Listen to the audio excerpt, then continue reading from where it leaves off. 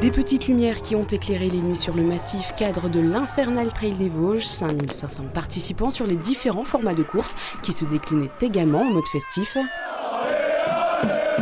Show d'ambiance au stade de la Colombière vendredi soir, envahi par plusieurs centaines de supporters sochaliens. Le public de Poissompré qui a repris ses bonnes habitudes à l'occasion d'un tournoi de préparation. Et une entrée réussie en compétition pour le meilleur club vosgien de basket. Un week-end sportif riche dont voici le résumé. On est comme ça, les gars, comme ça. Première halte Épinal vendredi soir, le stade de la Colombière pour un match inédit en national entre le SAS et le FC Sochaux-Montbéliard, venu avec sa cohorte de supporters. Les Francs-Comtois, repêchés de dernière minute, ont du retard à l'allumage, mais un soutien inconditionnel de toute une région qui a eu peur de perdre son club phare. Côté spinalien, après 4 matchs toujours sans victoire, l'idée était de profiter des doutes et de l'impréparation du camp d'en face. Fait et dit, Épinal en jaune et bleu va avoir les premières opportunités. D'abord sur ce 1-2, l'Abissière, Le Paul. Baptiste Valette, l'ancien gardien de la SNL, a sorti la parade au pied qu'il fallait. Il récidive peu après sur une tête de Le Paul. Valette, sauvé quelques instants plus tard par sa barre transversale sur cette tête de Koulibaly. Le SAS a fait l'entame souhaitée par son coach mais n'a pas su concrétiser. Pire, juste avant la demi-heure de jeu, sur ce pied très haut de Paul Léonard, l'arbitre siffle logiquement le pénalty et estime que le geste non maîtrisé du défenseur spinalien doit engendrer la double peine, à savoir l'expulsion. 3e carton rouge en 5 matchs, Épinal va finir la rencontre à 10. Kofi, l'attaquant sochalien, convertit tranquillement l'aubaine.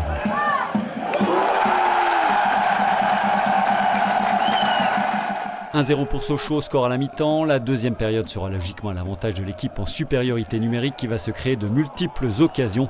Et c'est au moment où les Spinaliens commençaient à relever la tête que le chaos va intervenir. Sur cette action conclue du gauche par Ogas. 2 puis 3-0 à la 82e minute sur cette réalisation signée Michel. Deuxième défaite consécutive pour le SAS, dernier ex-aequo au classement. Déçu parce qu'on avait fait une très bonne entame de match où on se procure les plus grosses occasions et voilà, je pense que le carton rouge nous fait mal.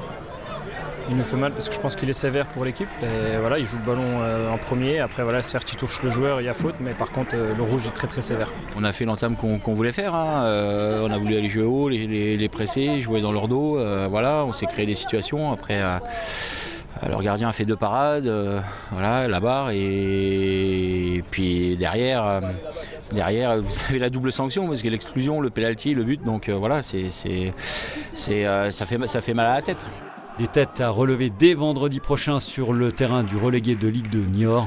Première victoire de la saison en revanche pour Sochaux qui a logiquement communié longuement avec son petit millier de supporters. On avait vraiment envie de faire bouger le compteur. Avec une victoire, c'est encore mieux. On savait qu'on n'est pas prêt, on le sait, on l'a encore vu ce soir. Mais cette victoire va faire du bien, surtout dans les têtes. Maintenant, ça fait plusieurs semaines qu'on travaille ensemble et on avait besoin de bonifier justement ces semaines. On commence à avoir des automatismes et on avait besoin aussi de récompenser ce public qui est là depuis le début. De la chaleur de la Colombière à la fraîcheur bienfaitrice de la patinoire de Poissompré, il n'y avait qu'un pas ou presque. Avec les premiers coups de patin des champions de France de D1, les Wildcats, organisateurs d'un tournoi de préparation qui les a opposés à Dunkerque, défaite vendredi, Neuilly, victoire 5-3 samedi, puis Strasbourg dimanche sur ces images. Aucune conclusion à tirer bien évidemment de ce genre de rencontre, juste signaler que la gâchette franco-slovaque Peter Rehorčák n'a pas perdu la main. Score final 4-3, Épinal a encore un mois pour monter en puissance et aborder son championnat domestique qui débutera par un déplacement à Chambéry le 7 octobre.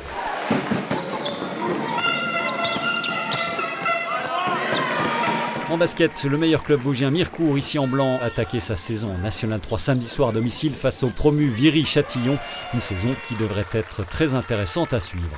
Ayant fini 4e la saison dernière, on a élargi le groupe, renforcé qualitativement le groupe, donc on vise le podium. Pour te dire, pour ne pas se cacher. Trop tôt bien sûr pour se prononcer sur la capacité de l'effort basket à atteindre cet objectif. Une chose est sûre, le premier test a été probant. Le promu Viry-Châtillon n'a pas pesé bien lourd, battu 101 à 72. Luz et Gigant, les habituels cadres, ont été les meilleurs scoreurs de l'équipe mircursienne qui enchaîne par un déplacement le week-end prochain chez un autre promu, Schirheim, qui avait battu le BC Golbe-Épinal en match de barrage d'accession au printemps dernier.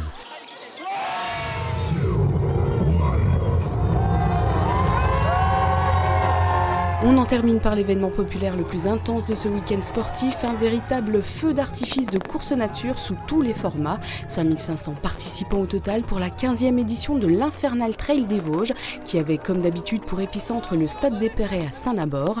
Des départs nocturnes pour les épopées au long cours, comme sur ces images, les 100 et 130 km, partis dans la nuit de vendredi à samedi, avec des performances de choix comme celle du spinalien de 58 ans Bruno Lallemand, ici au premier ravitaillement sur les hauteurs de Remiremont, qui va s'imposer sur les 100 km, une distance qui était proposée pour la première fois par les organisateurs. Des périples de ce genre, c'est aussi une succession de paysages et d'atmosphères très différents, comme un lever du jour sur le massif vosgien, ici du côté de la Piquante Pierre, à proximité du col d'Ea. Un peu plus loin encore, on retrouve le futur vainqueur du 130 km, le triathlète vosgien Lucas Herzog, encore bien frais au moment de se restaurer en milieu de matinée. Retour au stade de Saint-Nabord où à la mi-journée arrive un jeune trentenaire venu de région parisienne. Florian Clerc coupe la ligne du 200 km en un peu plus de 34 heures. Quand je m'étais inscrit il y a 3-4 mois, j'avais vu que ça se gagnait en 32 heures. C'est un temps que je pensais être capable de faire, donc ça a trotté dans un coin de ma tête. Et quand j'ai vu que les 2-3 meilleurs avaient abandonné au fur et à mesure, je me suis dit que c'était jouable. On va dire qu'au 90e kilomètre, je me sentais le roi du monde. Je me suis dit, je caricature, hein, mais je commence comme ça et je le finis en 27 heures, tout va bien, j'exagère. Et 5 km après, je me dis, mais attends, il reste 100 km. C'est impossible, même si je suis devant, que j'arrive au bout, et c'est foutu quoi. Voilà quelques-unes des belles histoires de cet Infernal Trail Cru 2023, sur lequel nous reviendrons largement dans l'émission Côté Sport, présentée ce lundi par Livia Buchler, avec pour invité 2 ultra-trailers finishers de l'Infernal, Lucas Herzog, vainqueur sur le 130 km, et Sébastien Grossi, 20e du 200 km. Francis Verdun de Vosges Matin complétera le plateau, première diffusion à 19h.